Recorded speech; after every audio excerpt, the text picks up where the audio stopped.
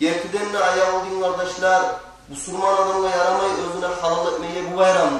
Bu bayramlı etemenni baytıp aylanmağa. Neye tuğulsa da bu bizim dinden ne tuğul, bu bizim İslam'la azatta tuğuldu. Peygamber aleyhissalatu vesselam buna hadisinde de geri vurup dura bizge.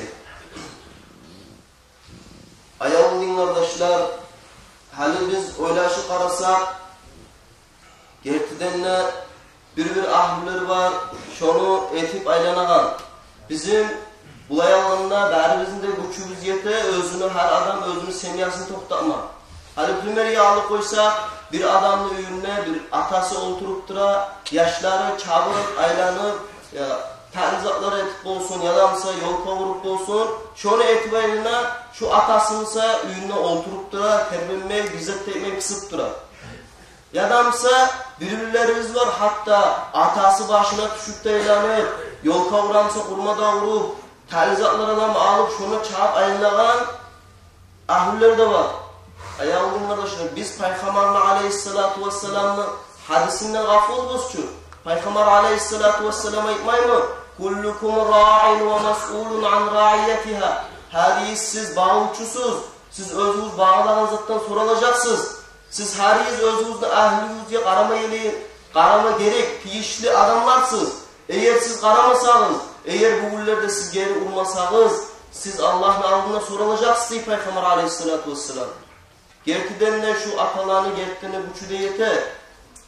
Güçü yete. Teknetesi ayağım kardeşler, biz özümüzün imanımız osallıktan ya da bizim özümüzün osallığımızdan şu buğunu bolup duran zatlar. Allah'a onu vurup olmaz. Bugün Cuma'nın Müslümanlarına bayramını. Bugün karar bizim şkolada nizattır.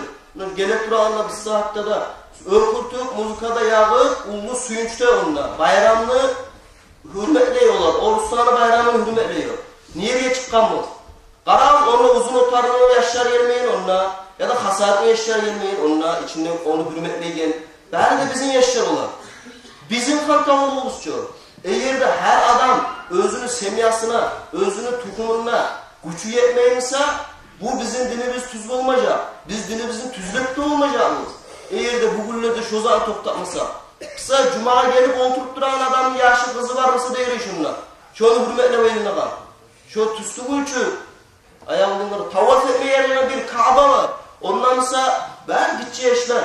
Atalar ya ayta ben neteyim yaşımı yivereyim şu. Ne çıkı verip olasa eğer de tavaf ettiremezsek yol kanı aytıp eşittirme ayıpsak bu surmallağa. Yivermeye koy ya şu yaşını şunu neyi yiverirsin? Şulay esketlik zaten ettiğinlemse bu surmallağa. Biz ki bu surmallarız deyiz elhamdülillah. Her adam olsun ben bu surmalı. Ya tugulsen sen bu surmalı etsen ya aydan oladı üstüne çıkma razı. Şu an bizim bu surmallığımız bugünle biz kafirlerin bayramına bizim bayramını yürütemse şu neçağda olsan bu surmallarız biz durumsak da. Allah-u Teala Kur'an'da ayırmayın da kararız. Eûzu billahi mineşşeytanirracim. Ya eyyuhel